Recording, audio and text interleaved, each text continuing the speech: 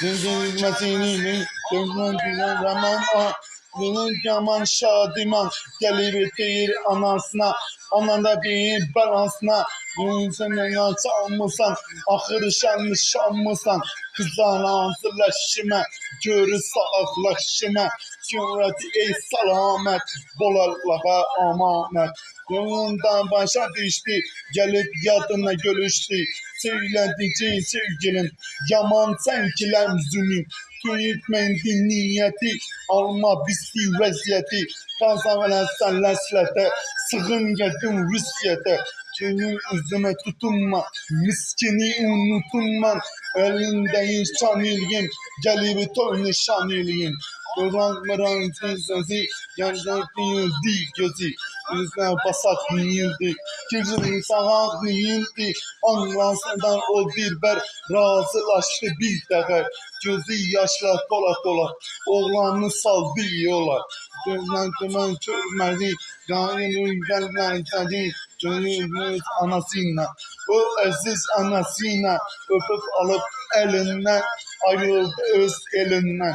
Mülkün satmışsa düğüm. Başımız akla düğüm. Yine müziyetin sapın. Aktarıp dostun tapın. Dostu çölü şad olun. Oğlana isnat olun.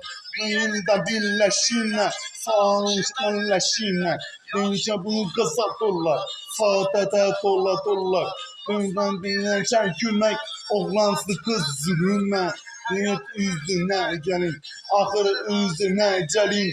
Dönse tutar hürmeti. Dönse tapma dikkati. Yadına salıp büskünüm. Targenimin müskünüm. Seyfe tutup kolundan. Sıkmındı ah yolundan. Şüküre bildi Allah'a. Körmala oldu dağa. Gönlümüz müzican. Gönlümüz lütfman. Gönlümüz çıkma. Canına düşman. Gözden yetin cinsesi. Kalbini ben can sesi. Gözden yorum. Bunun vaziyetin bilin. Dinleyini gizlesen. Çökmezsen zulmeten. Ölüme bölüm bitirsin. Bağrım özle götürürsün. Likilleşip her zaman. Gelen kılılmış olan. Gözden gün sefer. Likilleşip bir daha. Evin hayal eyledi.